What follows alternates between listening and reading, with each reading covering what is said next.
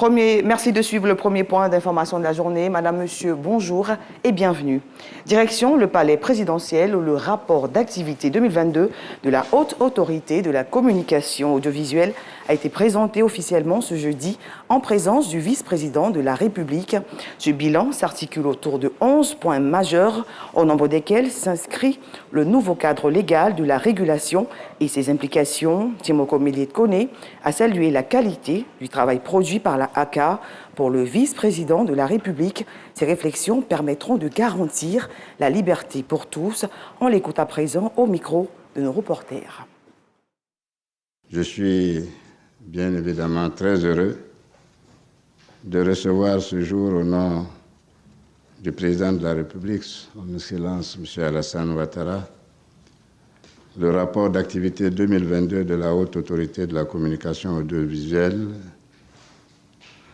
à l'occasion de cette cérémonie solennelle.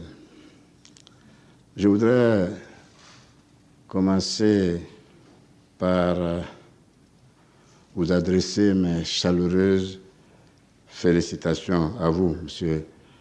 René Bourgoin, président de la ACA, et au collège des membres de la ACA, au directeur général et ainsi qu'à tout le personnel de votre institution.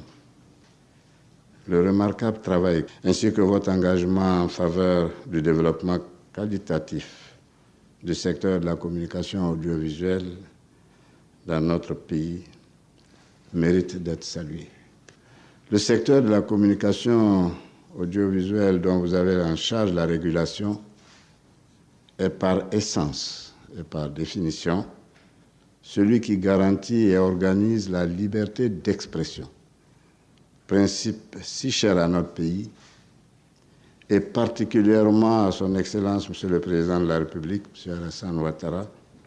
Et je voudrais indiquer que il y a de cela 3 décennies, alors qu'il était encore Premier ministre de feu, le président Houphouët-Boigny, il a fortement contribué à l'avènement en Côte d'Ivoire d'une presse écrite et audiovisuelle libre et plurielle.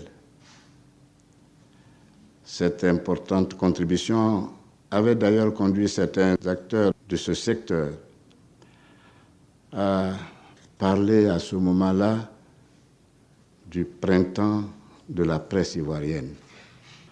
Après son accession à la magistrature suprême de notre pays et sous son leadership, cette libéralisation s'est poursuivie dans le domaine de la télévision.